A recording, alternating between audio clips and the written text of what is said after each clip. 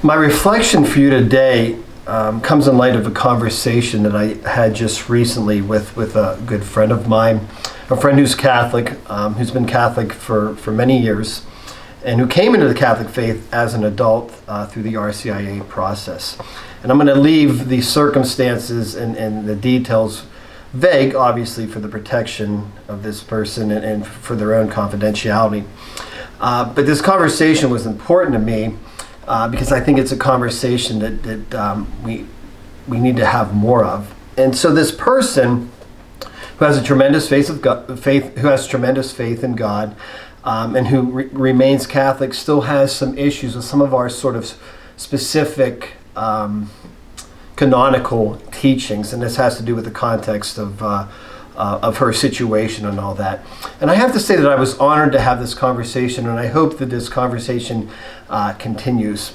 But the underlying theme that I got throughout this conversation was it was as if the person was asking, well, and all these teachings that we have, where is Jesus Christ in all this? As someone that was raised in a Protestant faith with a sort of different understanding, where is Jesus Christ and all that? And that's an important question for us today. And it's going to sound like I'm beating the same drum that I've been beating for the last 2 or 3 years. And I apologize if I'm being repetitive, but this is really an important question. Because we can get so caught up in church, how we do things, how we do things, the particulars of what we do. If we do this, then what?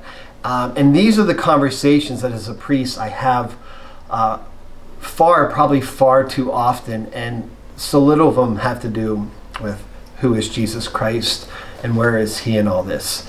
Because in Catholics, if we're not careful, we get caught up in so much of the minutiae, the daily ins and outs of the Catholic Church, and we fail to relate all that stuff to the person of Jesus Christ. And so the outsiders, people that have left the faith long ago or are looking at the faith from a distance, they don't get this stuff. And I'm not saying that this person is an outsider. This just brought up more conversations that I had, if there even is such a thing as an outsider. Anyway, and all these detailed minutiae and teachings and rules and all these things, if they're not grounded in a relationship with Jesus Christ, as I said over and over again, they get lost in translation. And the old style of catechesis that just said, well, the church says, and so therefore do it, isn't working anymore. It's just not. And it's not evangelizing people, and it's not attracting people to the church, because somehow underneath all that, as I keep saying, who Jesus Christ is gets lost in translation. It always starts with the person of Jesus Christ, the incarnate Lord who took on flesh and walked this earth, and that relationship and coming to know him before any of this makes sense. And hopefully, as Catholics reaching out to other people, as Christians reaching out to other people, we can begin to have these conversations more, to engage them on the level and in the person of Jesus Christ first, and start that process of evangelization, and then begin to open them up to the rest of all that is Catholicism and all that is important to us. And I'd like, if I could, as we continue to struggle with who Jesus Christ is, to quote N.T. Wright in his book, The Challenge of Jesus. And what a powerful title, The Challenge of Jesus, and what a challenge it is. And he writes, if Christianity is not rooted in things that actually happened in first century Palestine, we might as well be Buddhists, Marxists, or almost anything else. And if Jesus never existed, or if he was quite different from what the Gospels and the Church's worship affirms him to have been, then we are indeed living in a cloud cuckoo land. What a powerful statement. If this isn't rooted in the incarnate Word that walked this earth 2,000 years ago, the God that we worship, the Jesus Christ we worship, then so much of this stuff just doesn't make sense. So my challenge for you this week, or whenever you watch this video, is open up the Gospels again if you haven't for a while. Start with Mark. That's a great place to start. Or start with John and start with John and Mark, and then read into Matthew and Luke. However you want to do it. Mark's a good place to start because it's a brief gospel and it gets right to the core of the ministry of Jesus and who he is and all this. But whatever gospel it is, start to read it and challenge yourself to begin to encounter this Jesus Christ again.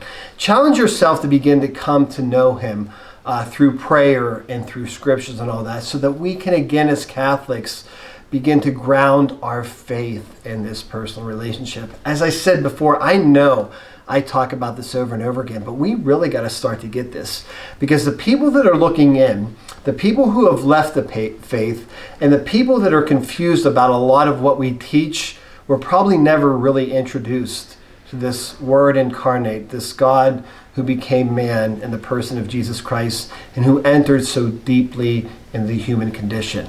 It's when we begin to embrace that and preach that true conversion takes place, and then we become open to the rest.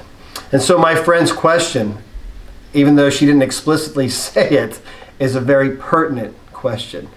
And all the things you tell us about, and all these things that we discuss, and all these rules and details and canonical laws and canon, all this stuff, where is Jesus Christ and all that?